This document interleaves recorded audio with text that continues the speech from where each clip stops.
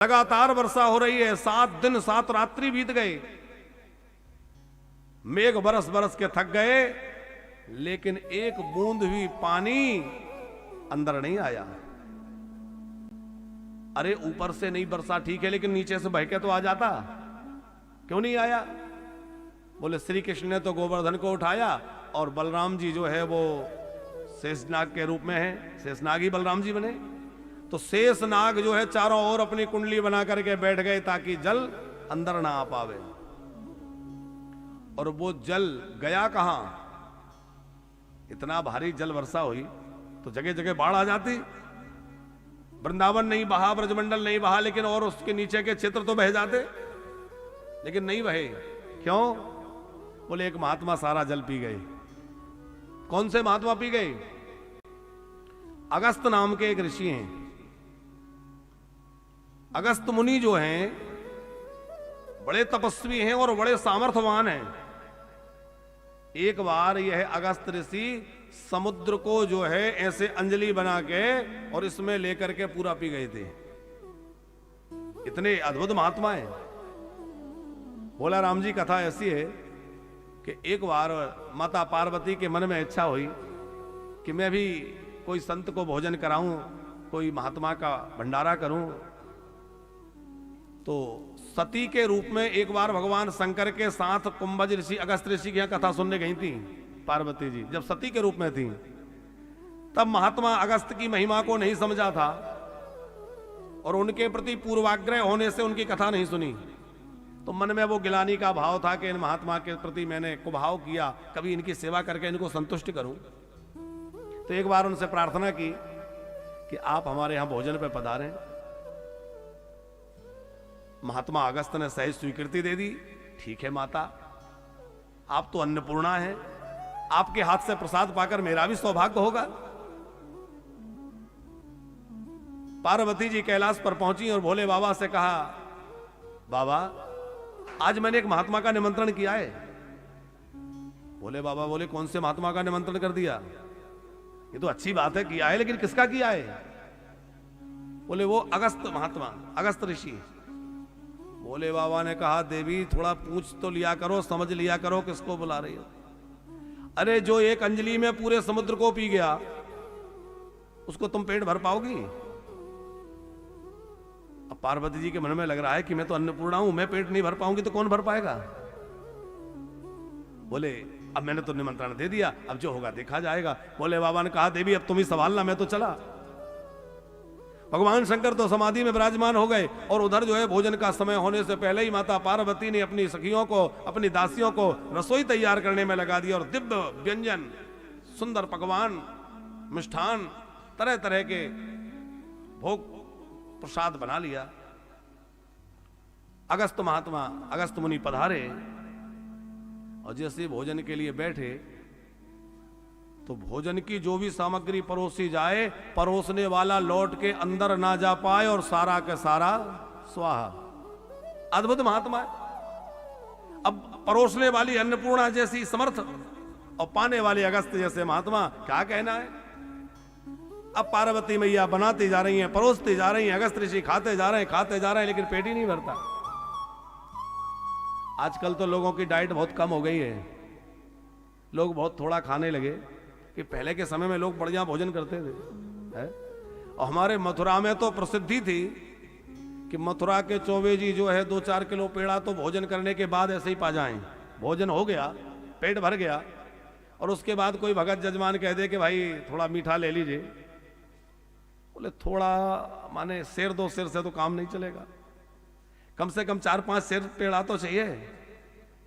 इतने तो भोजन करने के बाद पा जाएं, ऐसे लोग थे। अब तो खैर कम हो गए तो क्योंकि मिलावटी सामान आने लगा, शरीर वैसा रहा नहीं। बोला राम जी एक दामाद अपनी साल गया भगत जी। अब वो भोजन करने बैठा तो उसकी सासू ने बड़े प्रेम से, दामाद जी पहली बार आए हैं, अपने हाथों बना के जिमाऊं। तो सासू जिमाने लगी और दामाद जीमने लगे।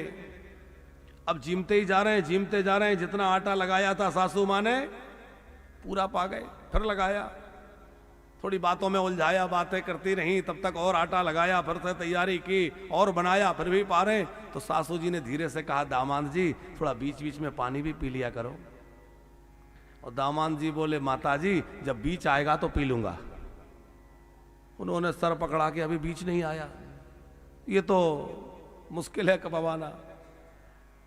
तो ऐसे ही जो है माता पार्वती भी पवाती जा रही है, अगस्त ऋषि पाते जा रहे हैं, पेट ही नहीं भरता। अब तो भोले बाबा तो समाधि में बैठे हैं, फिर सहायता कौन करे? तो अपने इष्ट देवता का स्मरण किया। और पार्वती जी के इष्ट देवता कौन है? जावाली ऋषि से पार्वती जी ने वैष्णव दीक्षा ग्रहण कर रखी है, और जावाली ऋषि ने इनको वैष्णव मंत्र प्रदान किया है। तो माता पार्वती परम वैष्णव हैं। अच्छा, आज जो है शिव जी के जो भक्त हैं, शिव जी के जो उपासक हैं, अथवा जो सैव्य हैं, वो वैष्णवों से थोड़ी ईर्ष्या रखते हैं, और जो वैष्णव है वो सैव्यों से। पर विचार करिए कि भगवान शंकर की अर्धांगिनी भगवती माता पार्वती जो है वो सबसे बड़ी वैष्णव, और उनसे बड़े वैष्णव भगवान शंकर। वैष्णवा नाम यथा संभो, भगवान शंकर के समान राम भक्त कृष्ण भक्त और कौन होगा? अब आप भगवान शंकर के भक्त होकर के राम कृष्ण से द्रोह करेंगे तो भोले बाबा कभी प्रसन्न नहीं होंगे। वो कहेंगे, मेरे प्रभु से द्रोह करके मुझे प्रसन्न करना चाहते हो, स्वप्न में भी संभव नहीं है। और कोई शिव जी से विरोध करके और राम जी को प्रसन्न करना चाहे, शिव जी की निंदा करे, शिव जी की अवहेलना करे और कृष्ण को प्रसन्न करना चाहे, स्वप्न में संभव नहीं है। प्रभु श्री राम स्वयं कहते हैं, शिव द्रोही मम दास कहावा, सो नर मोह सपने ही नहीं पावा। और राम भगत कर लक्षण ए हो, राम भगत कर लक्षण एहा। राम जी के भक्ति का यही लक्षण है क्या? कि मन क्रम वचन भगवान शंकर के चरणों में अनुराग हो। शिव जी का जो भक्त है वही राम कृष्ण का उपासक। बात समझ में आ रही है ना? आप भगवान शंकर की पूजा करने वाले हैं तो राम जी से, श्री कृष्ण से विरोध नहीं, और कृष्ण के भक्त हैं तो शिव जी से विरोध नहीं। यदि ऐसा दुराग्रह किसी के मन में है तो उसकी भक्ति सफल नहीं होती, क्योंकि ना राम अलग हैं, ना कृष्ण अलग हैं, ना शिव अलग हैं, ना जगदम्बा अलग हैं, सब एक ही हैं। उनमें कोई भेद नहीं है। तो माता पार्वती तो परम वैष्णव है कि सहस नाम सम सुनि शिव वाणी, जपहे जेहि पिय संग भवानी। सहस नाम सुन शिव वाणी, जपहि नाम हरि। सहस नाम सम सुनि शिव वाणी, जपहि जेहि पिय संग भवानी। सहस नाम सुनि शिव वाणी, जपहि नाम पिय संग भवानी। राम नाम को हजारों हजार नामों के बराबर जानकर माता पार्वती भी नाम जपती हैं, राम मंत्र का जप करती, राम नाम का जप करती हैं। तो अपने देवता, इष्ट देवता का स्मरण किया और श्री कृष्ण वहां प्रकट हो गए। तो किस रूप में प्रकट हुए? एक बटक ब्राह्मण के रूप में प्रकट हो गए। और बटक ब्राह्मण के रूप में प्रकट होकर के जहां अगस्त ऋषि भोजन पा रहे हैं उन्हीं के पास में आके बैठ गए और कहा कि मां, मुझे भी बड़ी भूख लगी है, मुझे भी भोजन परोसो। अब थोड़ी देर तो मां ने सोचा कि एक का तो पेट नहीं भरा जा रहा, अब दूसरा और, पर बैठ गए हैं तो जमाना तो है। और जैसे उनको परोसा, वो तो ठाकुर जी थे, पार्वती जी की सहायता करने ही तो आए थे। तो थोड़ा सा पाया और उठकर खड़े हो गए। और जैसे ही उठकर खड़े हुए तो अगस्त जी ने देखा कि अरे ये इन्होंने क्या किया, मेरा पेट नहीं भर पाया और पंगत झूठी हो गई। ये तो उठ के खड़े हो गए।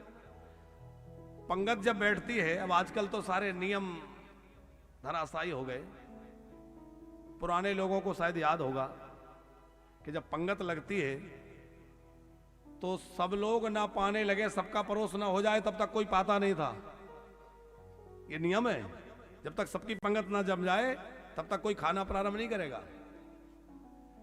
और जब उठेंगे तो भले ही किसी का भोजन पहले हो गया, लेकिन पहले नहीं उठेगा।